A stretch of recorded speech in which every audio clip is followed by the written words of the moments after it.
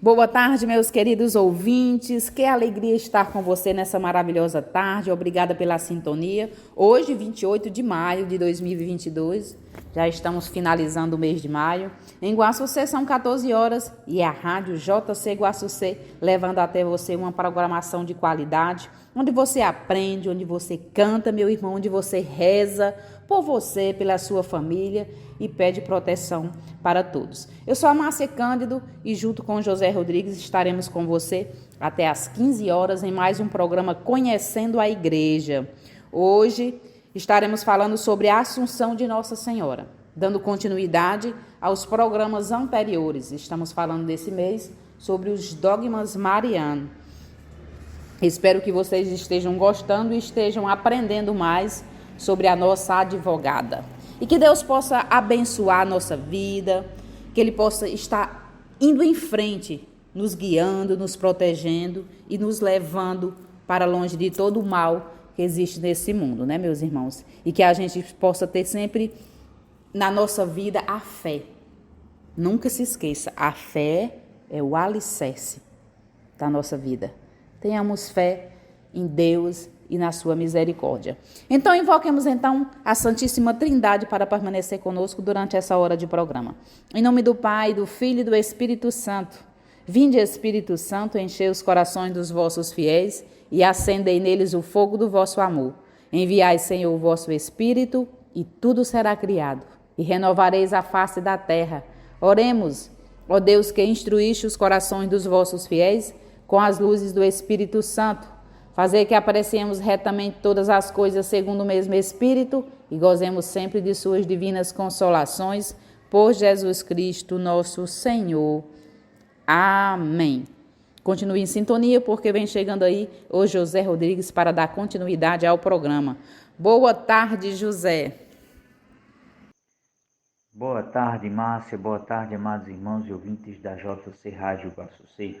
Eu sou José Rodrigues e este é o programa Conhecendo a Igreja, que tem como tema Dogmas Mariano, a Assunção de Nossa Senhora ao Céu.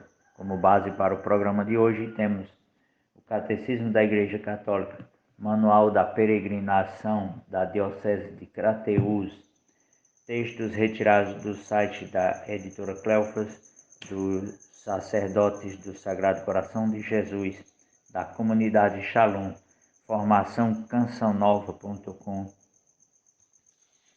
e textos retirados da editora Cleofas, do professor Felipe Aquino. Então vamos lá, meus amados irmãos, ao tema, o que nos diz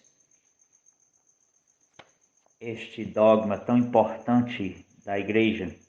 Então Maria foi assunta ao céu. É o dogma mais recente da Igreja sobre Maria.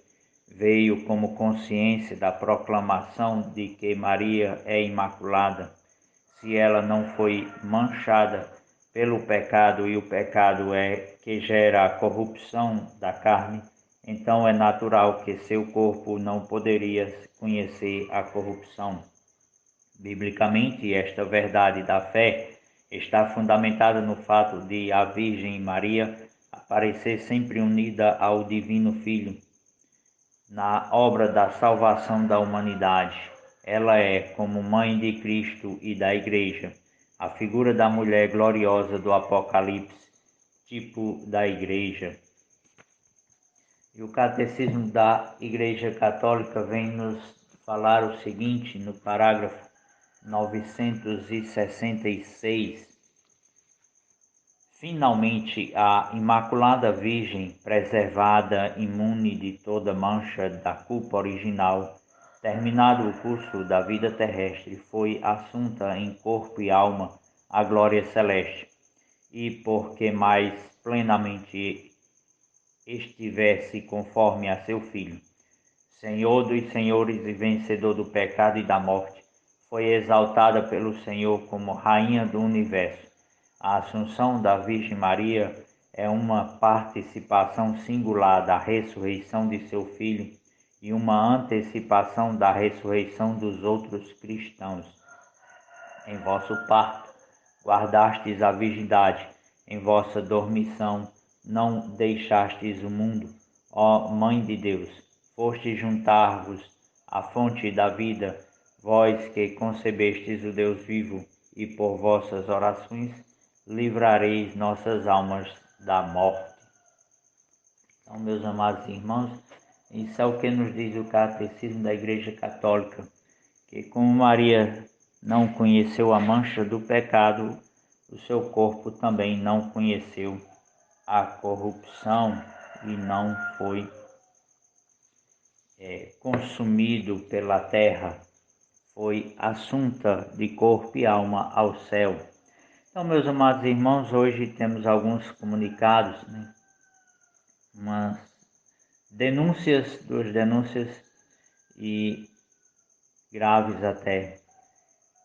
Então vamos lá aos comunicados, A denúncia do Sargento Melo, que é vereador de Juiz de Fora, fez a denúncia que a prefeita tem praticado perseguição política ao Padre Pierre e à Missa do Impossível, e para evitar um desgaste maior, o bispo Dom Gil teve que transferir o sacerdote para outra paróquia da diocese.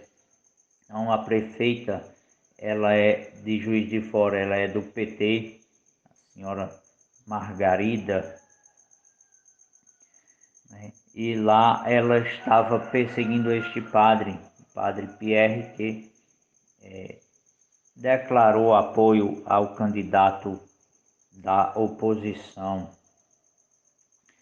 E também uma grande alegria, o arcebispo de São Francisco, Dom Salvatore Cordileone, excomungou a presidente do Congresso dos Estados Unidos, Nancy Pelosi, porque ele proibiu ela de comungar, de receber a comunhão, por causa das posições dela de defender o aborto, abertamente defender ideologia de gênero, coisas que vão contra a doutrina da Igreja Católica.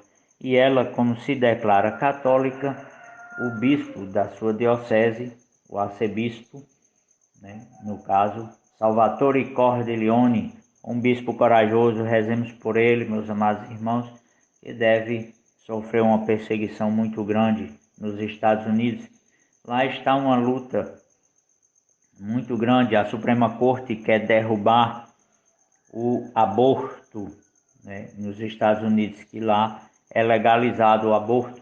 Então, foi para o Congresso, não conseguiram derrubar, e a Suprema Corte tem tudo para derrubar. Ainda não foi publicado a decisão, mas tudo indica que a Suprema Corte americana irá derrubar este assassinato infantil. E também uma notícia triste aqui no Brasil, também em Minas Gerais, a perseguição às irmãs sacramentinas na diocese de Ituiutaba, Minas Gerais, pelo bispo Dom Irineu Andreassa, proibindo as irmãs de rezarem por ele, pelo Papa, ameaçando fechar o convento e proibindo os leigos de doarem o dízimo às irmãs e até de fiéis prestarem auxílio material e de levarem as irmãs ao médico. A gente sabe que as irmãs devem obediência ao bispo e ele está promovendo esta perseguição. Lembrando que o bispo de Ituiutaba, esse Dom Irineu Andreassa, também foi bispo de Lages, e lá ele fechou o convento das Clarissas. Então já é um conhecedor perseguidor das irmãs, das consagradas, e ele está promovendo isso. Mas os fiéis da sua diocese que conhecem lá em Ituiutaba o convento das irmãs fizeram essa denúncia nas redes sociais, e ele soltou uma nota dizendo que não era isso, que não era aquilo, mas que na verdade continua perseguindo as irmãs. E até tirou uma mulher lá que pratica isso diariamente, né? Leva as irmãs ao médico.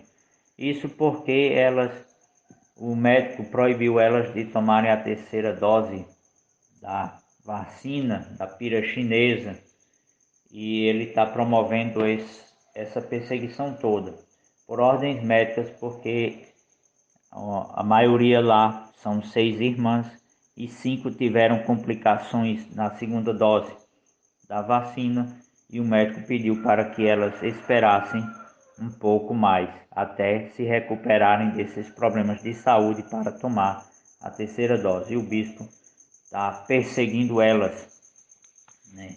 Ameaçando fechar o convento, isolar as irmãs e entre outras coisas. Uma notícia triste, infelizmente, né? Quando a perseguição vem do mundo, como no caso da prefeita, a gente até que compreende e entende, mas quando vem de dentro da igreja, a gente começa a entender que há 2 igrejas católicas, né? A de Cristo e uma que quer servir ao mundo, né? No caso desse bispo. Então, meus amados irmãos, vamos voltar ao tema, que é belíssimo. Falar de Nossa Senhora sempre nos emociona. Então, a Assunção de Maria, elevada de corpo e alma à glória celeste, tem os fundamentos nas Escrituras, fundamentos do dogma da Assunção, proclamado por Pio XII, não partem da letra mesma dos textos, mas da Escritura interpretada pela grande tradição da Igreja, os padres, teólogos, pregadores, santos e santas e fiéis, os quais, para ilustrar sua fé na Assunção, se serviram com uma certa liberdade dos feitos e ditos da Sagrada Escritura. Ou seja, a tradição, os padres, os primeiros padres da Igreja, a vivência da fé já vão servindo de base para a proclamação deste dogma. Então, a Escritura aparece, portanto, segundo Pio XII, como fundamento último do dogma divinamente revelado de que a Imaculada Mãe de Deus, sempre virgem, após haver terminado o curso de sua vida terrestre, foi elevada, assunta em corpo e alma à glória celeste. Então, nós vamos ver esses fundamentos lá em Gênesis 3:15, Romanos 5:6, 1 Coríntios 15, 21 a 26, 54, 57, no Salmo 131, 132. Levanta-te, Senhor, vem a tua mansão, vem com a arca de teu poder, a imagem da arca da aliança, lugar da própria presença divina. É tradicionalmente vista pelos padres e teólogos da Igreja como imagem de Maria.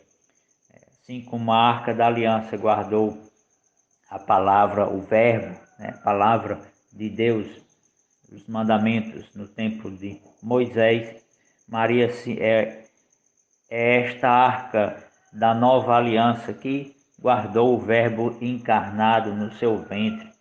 Então, aí Lucas 1:28, Apocalipse 12 e vários outros textos são citados, que nós vamos ver no decorrer do programa. Então, quais os motivos pelos quais a Igreja vem a proclamar a Assunção de Nossa Senhora? A sagrada tradição da Igreja ensina que Nossa Senhora foi elevada ao céu de corpo e alma após sua morte. No entanto, as particularidades da morte da Virgem Maria não são conhecidas. Santo Epifânio, bispo de Salamina, de Chipre, compôs nos anos 374 e 377 o livro sobre as heresias, no qual escreve: ou a Santa Virgem morreu e foi sepultada e seguiu-se depois sua assunção na glória, ou sem fim verificou-se em plena e ilibada pureza, adornando a coroa de sua virgindade. Página 266, 267. O dogma da Assunção da Virgem Santíssima foi proclamado solenemente pelo Papa Pio XII no dia 1º de novembro de 1950 e sua festa é celebrada no dia 15 de agosto. Grande júbilo e alegria pairou sobre o mundo católico naquela data, especialmente para os filhos de Maria, quando o Papa o decretou por meio da Constituição Apostólica Munificentíssimos Deus. Foi uma verdadeira apoteose, tanto na Praça de São Pedro, em Roma, como nas outras cidades do mundo católico. No dogma de Nossa Senhora foi proclamado pelo Papa Pio XII e nesse documento disse o Papa: Cristo, com sua morte, venceu o pecado e a morte, e sobre esta e sobre aquele alcançará também vitória pelos merecimentos de Cristo, quem for regenerado sobrenaturalmente pelo batismo. Mas por lei natural, Deus não quer conceder aos justos o completo efeito dessa vitória sobre a morte, senão quando chegar o fim dos tempos. Por isso os corpos dos justos se dissolvem depois da morte, e somente no último dia tornarão a unir-se, cada um com sua própria alma gloriosa. Mas desta lei geral, Deus quis excetuar a bem-aventurada Virgem Maria.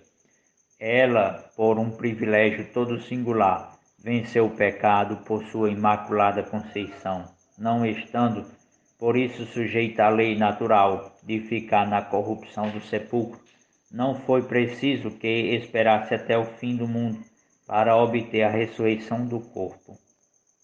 Na praça de São Pedro, diante do pórtico de São Pedro, circundado por 36 cardeais, 555 patriarcas, arcebispos e bispos e sacerdotes, e perante cerca de 1 milhão de fiéis, o Papa proclamava solenemente, depois de haver mais de uma vez mais elevado a Deus nossas súplicas e invocado as luzes do Espírito Santo, a glória de Deus onipotente, que derramou sobre a Virgem Maria sua especial benevolência, em honra de seu Filho, Rei imortal dos séculos e vencedor do pecado e da morte, para a maior glória de sua augusta Mãe, e para a alegria e exultação de toda a Igreja, e pela autoridade de nosso Senhor Jesus Cristo, dos santos apóstolos Pedro e Paulo e nossa, pronunciamos, declaramos e definimos ser dogma de fé revelado por Deus, que a Imaculada Mãe de Deus, sempre Virgem Maria, terminando o curso de sua vida terrena, foi elevada à glória celeste em corpo e alma.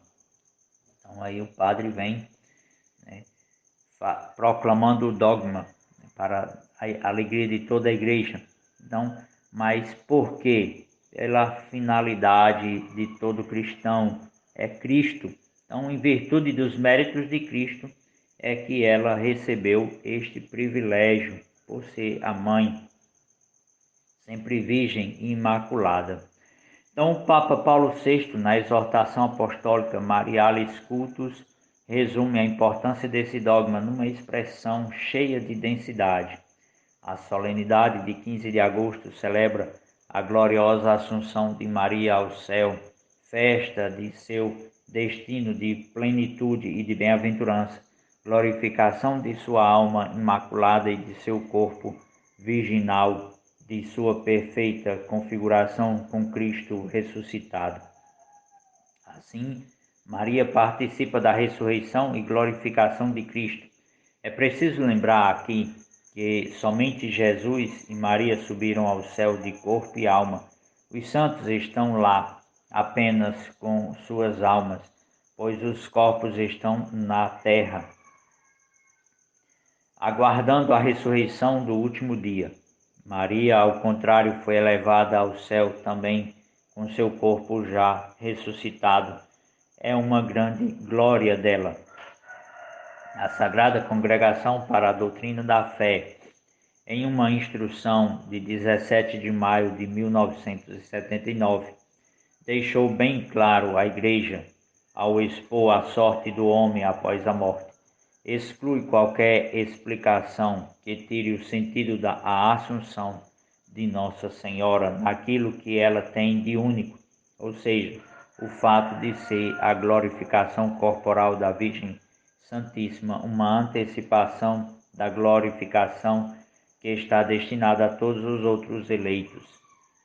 Então, quais os motivos da Assunção de Nossa Senhora? Então, como Maria não esteve sujeita ao poder do pecado para poder ser a mãe de Deus, também não podia ficar sob o império da morte, pois, como disse São Paulo, o salário do pecado é a morte, Romanos 6, 23. Assim, Maria não experimentou a corrupção da carne, mas foi glorificada em sua alma e seu corpo. Então, mais aí uma fundamentação bíblica, Romanos 6, 23. Então, a carne de Jesus e a de Maria são a mesma carne. Portanto, a carne de Maria devia ter a mesma glória que teve a de seu filho. Lembrando que Maria foi quem gerou o corpo material, o corpo físico de Jesus, né? São João Damasceno, no ano 749, escreve: era necessário que aquela que no parto havia conservado ilesa sua virgindade, conservasse também sem corrupção alguma seu corpo depois da morte. Era preciso que aquela que havia trazido no seio o Criador feito menino habitasse nos tabernáculos divinos. Era necessário que aquela que tinha visto o Filho sobre a cruz, recebendo no coração aquela espada das dores, das quais fora imune ao dá-lo à luz, o contemplasse sentado à direita do Pai. Era necessário que a Mãe de Deus possuísse aquilo que pertence ao Filho e fosse honrada por todas as criaturas como Mãe de Deus. E assim também se exprime São Germano, patriarca de Constantinopla, falecido em 735, e outros santos. Então, meus amados irmãos, nós vemos aqui a sagrada tradição, os primeiros padres, né, os primeiros séculos, afirmando tudo isso. Sobre essa glória da Assunção de Maria, a rica tradição da Igreja reconheceu desde os primeiros séculos a gloriosa Assunção de Nossa Senhora. Dela dão testemunho São João Damasceno, São João Crisóstomo, São Tomás de Aquino, São Boaventura, Santo Anselmo, São Bernardo e outros luminares e teólogos famosos. Além disso, a Sagrada Liturgia sempre confirmou a verdade desse dogma, tanto nos antigos missais como nos sacramentários, hinos e saudações à subida da Rainha ao céu. Além disso, nunca em igreja nenhuma da terra venerou-se uma relíquia do corpo de Maria Santíssima, mostrando com isso uma convicção certa e inabalável de que ela está no céu. Contudo, a razão mais forte da Assunção de Nossa Senhora está no fato de ela ser a mãe do Senhor, como disse o Frei Francisco de Monte Alverne. Consentiria o meigo Jesus de Nazaré que sua morada puríssima, o céu esplêndido, onde por 9 meses repousaria a estátua viva esculpida pelo próprio Criador, ficasse nessa terra de exílio? Porventura o Rei dos Exércitos esperaria o fim dos tempos para que a corte celeste prestasse homenagens reais à sua mãe? Não, pois era mister que a humanidade reconhecesse quanto era considerada uma mãe tão extremosa. Então, aí vem falando os padres, os teólogos, a tradição da igreja, meus amados irmãos. Agora, um pequeno intervalo e já retornamos. Tempo de ouvir uma música, beber uma água. Já retornamos, amados irmãos, deste pequeno intervalo. E vamos direto ao tema, né? Então, na Carta Apostólica Munificentíssimos Deus, o Papa Pio XII veio a proclamar o dogma da Assunção de Nossa Senhora ao céu, de corpo e alma, e as razões de refletirmos de modo um tanto teológico catequético sobre tão importante acontecimento. Faz-se oportuno, antes do mais, esclarecer o que é um dogma de fé e como se chega à sua elaboração final. Pois bem, é dogma de fé, a título genérico, tudo aquilo que é magistério da Igreja, de modo ordinário e costumeiro, proclama como verdade revelada por Deus e que, enquanto católicos, aceitamos na profissão de fé ou no credo. Ao lado desse magistério ordinário, há o magistério extraordinário, que é o exercido por um concílio ecumênico universal ou pelo Papa, doutor supremo da Igreja, com uma declaração ex-cátedra, a partir da cadeira. Ao definir uma verdade de fé e proclamá-la solenemente. Um exemplo desse tipo de proclamação, que obriga a todos os fiéis se deu com Pio XII em 1950, ao definir solenemente, a pedido do povo de Deus, o dogma da Assunção de Maria ao céu, em corpo e alma. Então, em 1950, a pedido do povo de Deus. Por que a pedido do povo de Deus? Porque o povo já vivia essa fé. Nós vimos aqui, desde os primeiros padres, né? São João Damasceno, São João Crisóstomo, do anos 300 e pouco, 400 e pouco, 700 e pouco, esses padres, que é conhecido como a patrística da Igreja, os santos padres, né, já vivenciavam esta fé da Igreja.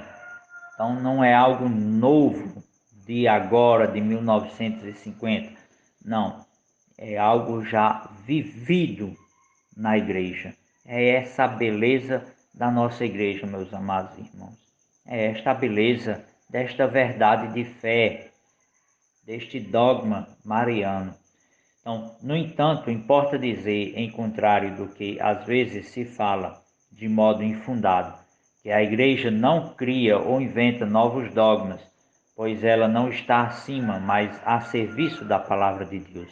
Então, o Catecismo da Igreja Católica, nos números 85 e 87. Daí, para proclamar solenemente um dogma, faz-se necessário que, primeiro, exista fundamento bíblico explícito ou implícito, ou seja, explícito, que está na letra da Sagrada Escritura, implícito, que se entende no contexto, né, da palavra de Deus, da pregação, para a crença em questão. Segundo, tal crença seja difundida em âmbito geral e universal, ou seja, que a ampla maioria dos católicos em todo o mundo a professe como sendo uma verdade certa de fé, ou seja, a vivência, o povo já vivia esta verdade de fé, de que Nossa Senhora tinha sido assunta ao céu, de corpo e alma. Então, sobre o item 1, temos os textos bíblicos que tratam da glória de Maria, eles, o Salmo 44, verso 10, 14 a 16, que diz: Entre as tuas almas estão as filhas do rei, à tua direita uma dama ornada com ouro de Ofir, com cujas joias cravejadas de ouro. Vestida com brocados, a filha do rei é levada para dentro até o rei, com séquito de virgens. Introduzem as companheiras a ela destinadas, e com júbilo e alegria elas entram no palácio do rei. Também em Cântico dos Cânticos 3:6, no qual se lê que é aquilo que sobe do deserto como colunas de fumaça perfumada, como incenso e mirra, e perfumes dos mercadores, ou Apocalipse 12:1, que narra: um sinal grandioso apareceu no céu, uma mulher vestida de sol, tendo a lua sob os pés e sobre a cabeça uma coroa de 12 estrelas. Com relação a este último texto, a nota B da Bíblia de Jerusalém comenta que essa mulher relembra aquela de Gênesis, capítulo 3, versículos 15 e 16. No entanto, lembra ainda a igreja, povo santo dos tempos messiânicos em luta contra o mal. É possível que João pense também em Maria, a nova Eva, a filha de Sião, que se deu nascimento ao Messias, né? João 19:25. Há também textos que falam da assunção de Nossa Senhora ao céu por ser isenta do pecado original. Assim, Gênesis 3:15, ao prever a vitória da mulher e sua descendência, o proto-evangelho. E como comentam os estudiosos, aplicam-se também à Virgem Maria todos os textos de São Paulo a demonstrarem a ressurreição corporal dos seres humanos, tendo o Senhor Jesus por modelo primeiro. Romanos 5:6, 1 Timóteo 1, capítulo 1, versículo 1, e sobretudo 1 Coríntios capítulo 15, versículos de 21 a 26, 54 a 57. A diferença, no entanto, da Virgem Maria para conosco é que nós esperamos essa ressurreição em corpo glorioso no último dia, ao passo que Nossa Senhora já foi, de modo singular, assunta ao céu em corpo e alma. Munificentíssimos Deus, Números 4 a 6. Então, aí nós já vemos, meus amados irmãos, os textos aplicados à Virgem Maria para a proclamação deste dogma.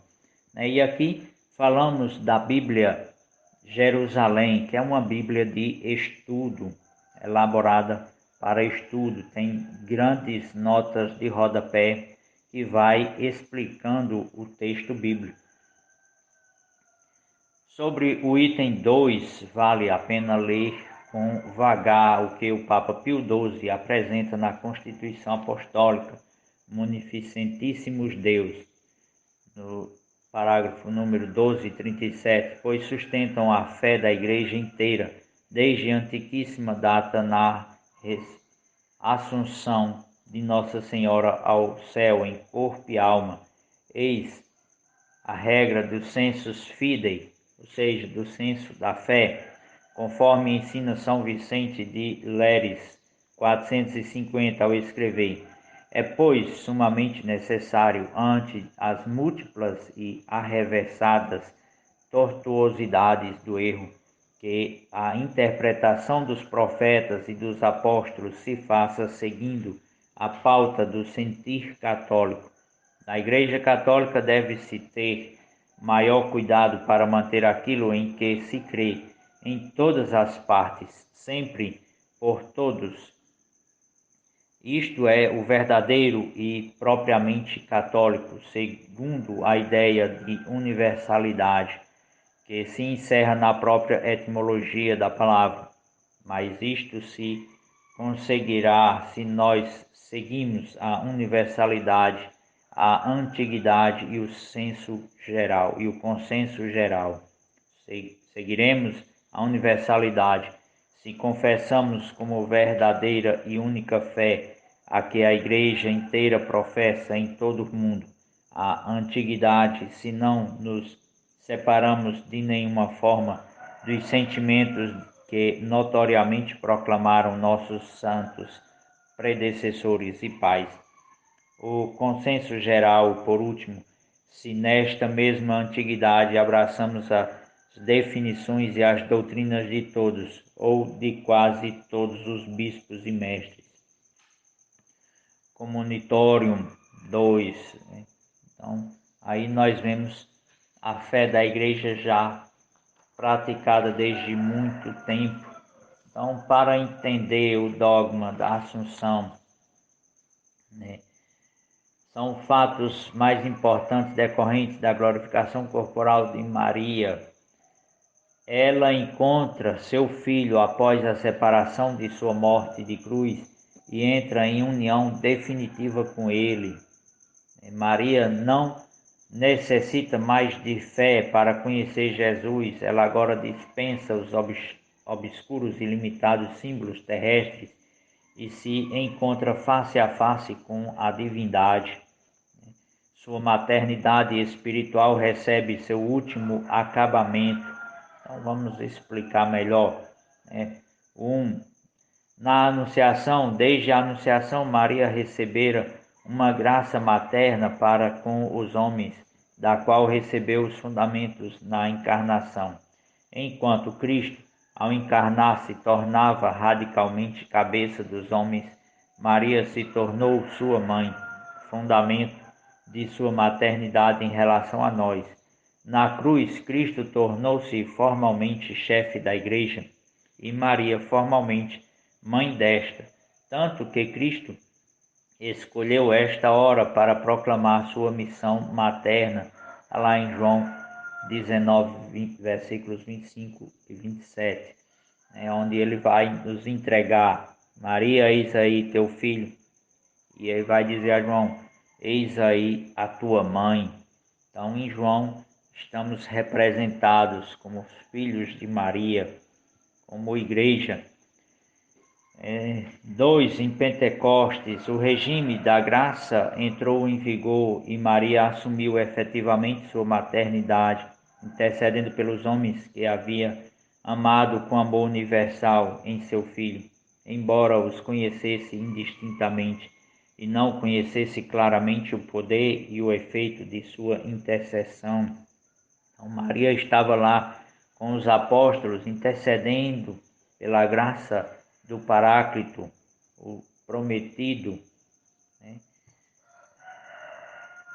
3. Agora no céu, de corpo e alma. Então, na visão beatífica, conhece cada um de nós de modo individual e pessoal. Estando no céu, com seu corpo glorificado como o de Cristo, Maria mantém para conosco uma naturalidade física e uma capacidade afetiva das quais os outros santos estão atualmente privados. Assim, tem um conhecimento materno ardente e preciso, mais íntimo do que a dos demais bem-aventurados.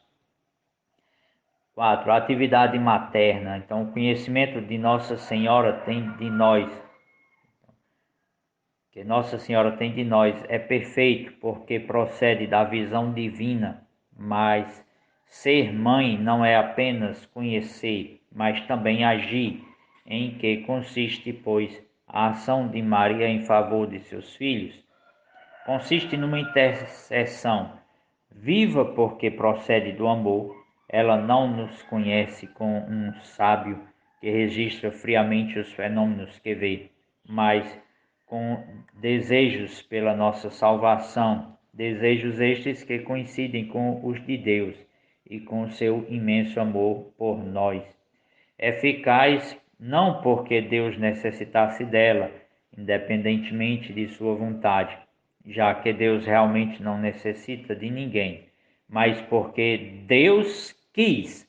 Então, Deus quis fazer da redenção uma obra onde a salvação seja em cada uma de suas etapas, tanto no plano terrestre como no celeste, um trabalho simultaneamente humano e divino.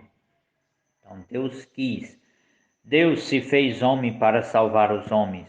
Associou uma criatura, uma mulher, à sua missão salvífica. Então, Maria colocou a igreja nas mãos de homens e se compraz em lhes deixar fazer obras maiores que as suas. Está lá em João 14, versículo 12, e João 4, 38. e faz cada homem colaborar livremente para a sua própria salvação ou perdição. Eclesiástico 15, versículos de 11 a 22. Assim, o papel concedido às intercessões de Nossa Senhora e dos santos manifesta um desígnio divino, então, desejo de Deus. Então, importante também observar que Maria ultrapassa os santos porque, nesta ordem também, jamais pecou de modo que tem perfeita unidade com o amor divino. Então ela está unida plenamente a Deus, porque foi gerada imaculada, sem mancha do pecado, e conservou-se assim, sem pecado algum, até a sua assunção ao céu. É cheia de graça. Nós vemos a saudação do anjo, né? A Maria está no céu em alma e corpo, porque assim também foi vontade de Deus. Deus se compraz em estudar o duplo eco de suas intenções na liberdade humana de Jesus e de Maria. Maria tem comunhão total com Deus e, portanto, não podemos dissociar. Então, o sacrifício de Jesus na cruz também teve o consentimento não só de Deus, mas também de Maria, sua mãe, apesar de ser transpassada por uma espada de dor ao ver o filho daquele jeito. Então, as intenções de Deus das de Maria, a ação de Deus das de Maria, o poder de Deus inspira e penetra sua oração, dando aos seus desejos o poder de atingir seu objetivo. Desde a origem, Maria precedeu a Igreja em todas as etapas de sua vida. Agora, na Virgem assunta ao céu, a Igreja em marcha para a glorificação realiza já a perfeição do seu mistério. Então, Maria é esta figura, né? A Assunção não pode ser considerada como um fato isolado, mas no contexto da obra redentora de Jesus e no contexto da missão que Jesus encomendou a Maria na cruz em favor da Igreja. Então, com relação a Jesus, a Assunção de Maria não tem luz própria, mas o reflexo que Cristo ressuscitado faz incidir sobre ela. Então, a lua, né? Maria é como a lua, que não tem brilho próprio, mas que brilha com a luz do sol. Então é a aurora que precede o sol. Jesus é este sol. Então Maria é esta que precede. Então ela foi assunta, ela não subiu, foi elevada. Os anjos vieram e levaram ela de corpo e alma. Então sua maternidade não é simplesmente biológica, mas participação consciente e aceita na obra de seu filho. Jesus a ama com amor divino e por isso a mantém inseparável a ele. Assim, por desígnio divino, Maria está associada à vitória de Cristo sobre o pecado e, consequentemente, sobre a morte. Maria é vitoriosa sobre o pecado. Então, assim, por desígnio divino, Maria está associada à vitória de Cristo, né, sobre o pecado e, consequentemente, sobre a morte. Maria é vitoriosa. Então, a virgindade de Maria também é motivo de sua assunção, por ter sido ela vocacionada a doar sua carne unicamente a Deus. A Assunção de Maria é sinal de que a graça não transforma somente o espírito, mas todo o ser humano. Então, nós vemos aí, meus amados irmãos, todas essas graças, os dogmas marianos, a maternidade divina, a virgindade perpétua, a Imaculada Conceição de Nossa Senhora e hoje a Assunção de Nossa Senhora ao céu.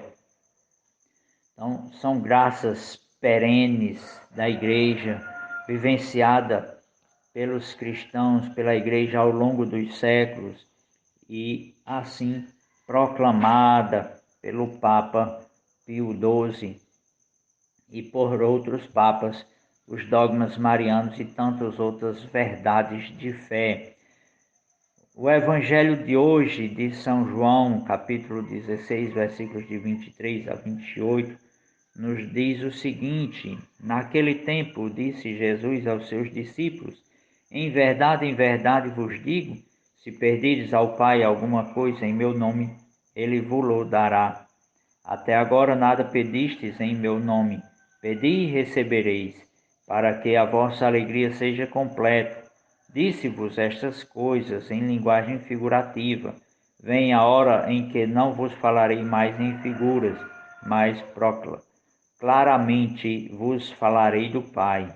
Naquele dia pedireis em meu nome, e não vos digo que vou pedir ao Pai por vós, pois o próprio Pai vos ama, porque vós me amastes e acreditastes que eu vim da parte de Deus. Eu saí do Pai e vim ao mundo, e novamente parto do mundo e vou para o Pai. Palavra da nossa salvação. Então, meus amados irmãos, esta é a alegria da igreja em ver essa união perfeita de Maria a nosso Senhor Jesus Cristo, desde a sua concepção, desde o início dos tempos, pois Deus assim quis. E Deus é Deus, Deus não muda de ideia, Deus não volta atrás. A sua decisão é irrevogável, é graça, é vida de fé na igreja. Então rezemos, meus amados irmãos, por toda a igreja, pelo Papa Francisco, pelos bispos do mundo inteiro, em especial pelo bispo Salvatore Cordileone, arcebispo de São Francisco, para que o Espírito Santo continue a lhe conceder a fortaleza na defesa da fé, e pela conversão do bispo de Ituiutaba, Minas Gerais, Dom Irineu Andreassa, para que ele se converta e volte atrás nas suas posições de perseguição com as irmãs sacramentinas, e se converta à doutrina da igreja, para que assim a sua pregação não seja vazia. Como pode pregar a misericórdia de Deus se ele é implacável perseguidor da igreja? Então, meus amados irmãos, rezemos por toda a igreja esta Ave Maria, com toda a fé, com toda a força da nossa alma e do nosso coração, pedindo a intervenção de Nossa Senhora, para que ela possa interceder por cada um de nós. Ave Maria, cheia de graça, o Senhor é convosco. Bendita sois vós entre as mulheres, bendito é o fruto do vosso ventre, Jesus. Santa Maria, Mãe de Deus, rogai por nós, pecadores, agora e na hora de nossa morte. Amém. E bom, meus queridos ouvintes, chegamos ao final do programa de hoje. Quero agradecer a você, amigo ouvinte, pelo carinho, pela participação. E lembre-se, o segredo é nunca perder a nossa fé nesse Deus que é todo misericórdia. Deus está sempre conosco, nos acompanhando nas dificuldades e nos ajudando a passar adiante dos desafios da nossa vida.